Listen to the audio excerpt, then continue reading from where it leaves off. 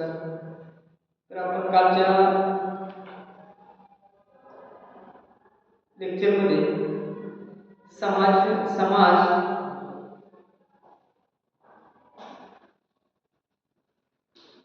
समाज त्याची अर्थ त्याचा अर्थ व्याख्या बघितलेली होती. ठीक आहे.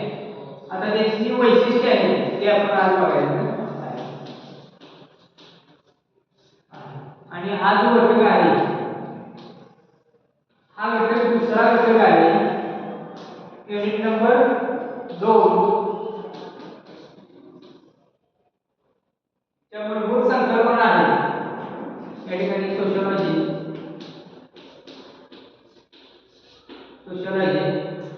आणि युनिटचे नाव जे आहे ते मूलभूत संकल्पना.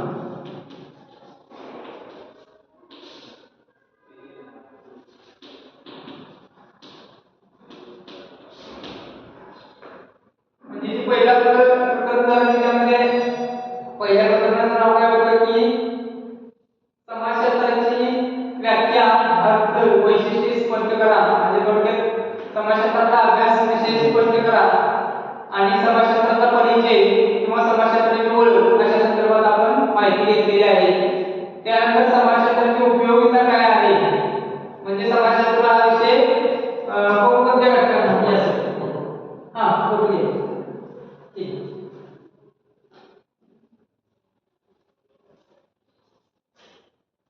समाजशास्त्राची आपण उपयोगिता बघितलेली आहे.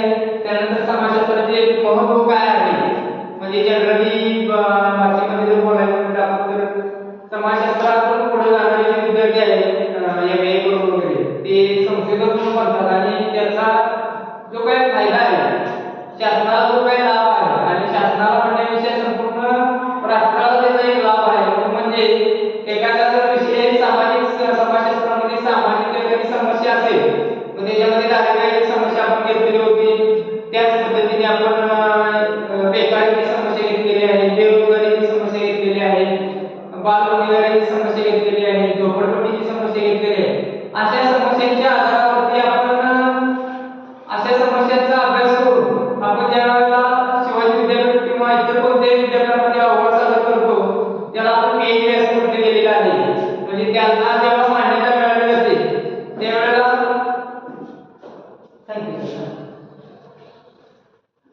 त्यावेळेला आपली PhD कंप्लीट झाल्यानंतर त्याची पडताळणी करून काही तज्ञ लोक तज्ञ व्यक्ती त्या ठिकाणी त्या एरियामध्ये कशा पद्धतीचं संशोधन झालेलं आहे आणि त्या ठिकाणी समजा एखादी कोल्हापूर सारख्या ठिकाणी कनानगरमध्ये झोपडपट्टी मोठी आहे त्या ठिकाणी फक्त बाहेरून राहायला येणारे लोक आहेत ज्यांना घरे नाहीत अशा स्वरूपाची जी लोक आहेत त्यांच्यावरती संशोधन केलेलं गेलेलं आहे झालं गेलेलं आहे. गेल्या 10 वर्ष त्याच्यावरती संशोधन चालू आहे आणि त्याच्या माध्यमातून तेथील महानगरपालिका जी काय असेल त्यांना सूचना दिल्या जातात की या ठिकाणी पाण्याची सोय नाही, आरोग्याची सुविधा नाही, अतिशय उत्कृष्ट दर्जाचं त्या ठिकाणचं वातावरण आहे, आरोग्यास हानिकारक वातावरण आहे असं त्या ठिकाणी लेखी अर्ज दिला जातो किंवा त्या प्रबंधाद्वारे त्यांना नोटीस पाठवली जाते आणि याच्यामध्ये सुधारणा व्हाव्यात आहे त्याच्या ठिकाणी आपण म्हणजे समाजकार्य आपण करतो या समाजशास्त्र विषयाच्या माध्यमातून पुढे गेल्यानंतर हे आपण पाहिलेलं आहे. म्हणजे हे समाजशास्त्राच्या महत्त्वामध्ये आपण पाहिलेलं आहे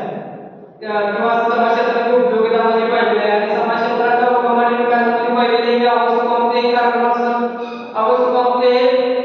समाजशास्त्राचे जनक आहे संपूर्ण जगामध्ये त्यांनी समाज हा शब्द समाजशास्त्र हा शब्द पहिल्यांदा वापरला. दुसरी गोष्ट भारतीय समाजशास्त्राचे जे जनक आहे ते डॉक्टर G.S. घोरे आहेत. त्यांनी भारतीय समाजशास्त्राचा पाया रचलेला आहे आणि त्यांनी मुंबई विद्यापीठामध्ये 1919 ला पहिल्यांदा